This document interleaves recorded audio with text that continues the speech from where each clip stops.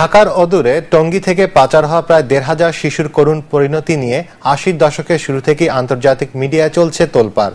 প্রভাবশালী পাচারকারী দলটি এখনো ধরাছোঁয়ার বাইরে আছে। তবে পাচারের সঙ্গে জড়িত থাকার কথা অস্বীকার করেছেন এ চক্রের মূল হোতা হিসেবে অভিযুক্ত মোসলেম উদ্দিন। এ নিয়ে দেখুন রকিবুল ইসলাম মুকুলের অনুসন্ধানী প্রতিবেদনের তৃতীয় পর্ব। ৭০-এর দশকে যুদ্ধোত্তর বাংলাদেশ যখন ক্ষুধা আর দারিদ্র্যের বিরুদ্ধে প্রাণপণ লড়ছে, সে সময় আন্তর্জাতিক শিশু পাচারকারী চক্রের কালো থাবা হানা দেয় দেশের বিভিন্ন বস্তি এলাকায়। ১৯৮১ সালে ৭ ডিসেম্বর লস এঞ্জেলস থেকে প্রকাশিত টাইম ম্যাগাজিনে পাচার হওয়া বাংলাদেশি শিশুদের ওপর একটি অনুসন্ধানী প্রতিবেদন প্রকাশিত হয়। এতে বর্ণনা করা হয় কিভাবে প্রতারণার মাধ্যমে জোগাড় করা এসব শিশুর হাত পা কেটে ভিক্ষাবৃত্তিতে নামানো হয়েছে। পর্ণ ছবিতে এসব শিশুকে ব্যবহার করে তৈরি করা হতো বীভৎস স্ন্যাপ মুভি। গোপনে ধারণকৃত এ ধরনের ছবিতে শিশুদের ধর্ষণের পর খুঁচিয়ে খুঁচিয়ে হত্যা করা হতো। টাইম প্রতিবেদনে বলা হয়, হংকং, ফিলিপাইন ও আমেরিকায় তৈরি হওয়া বীভৎস দৃশ্য সম্বলিত এসব ভিডিও মুভি পাশ্চাত্যের বিভিন্ন দেশের বিকৃত রুচির ক্রেতাদের কাছে চড়া দামে বিক্রি হতো। বাংলাদেশ থেকে পাচার হওয়া যেসব শিশুকে এসব জঘন্য কাজে ব্যবহার করা হতো, তাদের মূল যোগানদাতা হিসাবে শিশু দত্তকদানকারী সংস্থা টেরিডেস হোমসের তৎকালীন কান্ট্রি ডিরেক্টর মুসলেম আলী খানকে দায়ী করা হয়। তাকে সহযোগিতার জন্য সে সময় কর্মরত সমাজ কল্যাণ বিভাগের বেশ কিছু কর্মকর্তাকে এবং টেরিডেস হোমসের কিছু কর্মকর্তাকেও দায়ী করা হয়।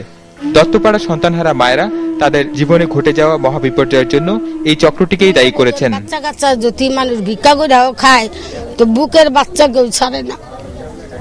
মুসলিম উদ্দিন খান না হইলে মনে হয় একটা দুইটা বাচ্চা নিতে পারে, এরকম হাজার হাজার বাচ্চা নিতে পারে।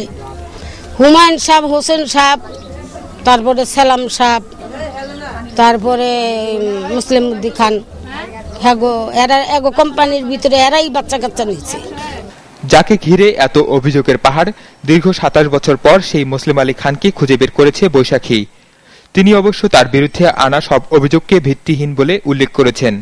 বৈশাখীর সঙ্গে আলাপকালে তিনি দাবি করেন, টেরিডেস হোমসের মাধ্যমে প্রায় ৮০ জন শিশুকে নেদারল্যান্ডের দত্তক দেওয়া হলেও কাউকে প্রলোভনের ফাঁদে ফেলা হয়নি।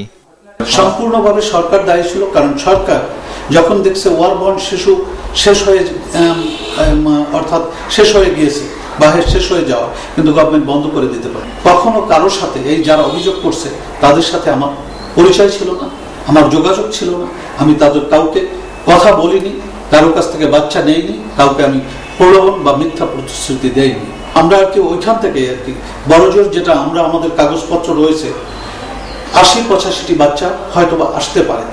অনুসন্ধানে জানা গেছে, শিশু পাচারের অভিযোগে ১৯৮২ সালে মুসলিম আলী খান সহ ৫ জনকে অভিযুক্ত করে চার্জশিট দাখিল করেন সিআইডি ইন্সপেক্টর মোকছেদুল ইসলাম।